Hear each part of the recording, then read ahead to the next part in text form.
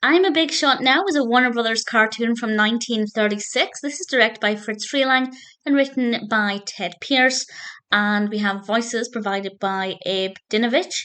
And this is about this bird who thinks he is a big shot. And I'm not a big fan of gangster kind of stories and cartoons, even when the gangster character is a bird. But actually, this really appealed to me. We have this bird who thinks he is a big shot and he drives around shooting at things and taunting people and committing some criminal offences. And then these police birds go after him.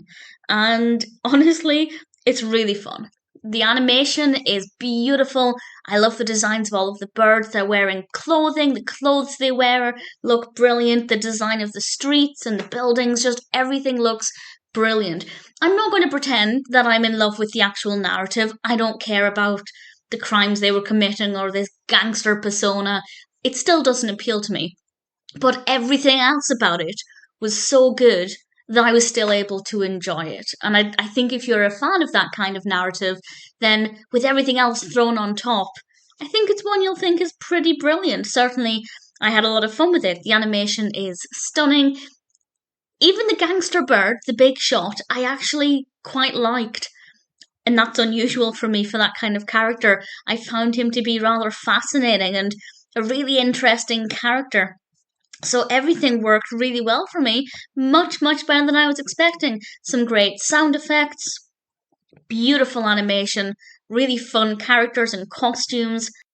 I wasn't expecting to say this when I first started watching this, but I really thoroughly enjoyed it.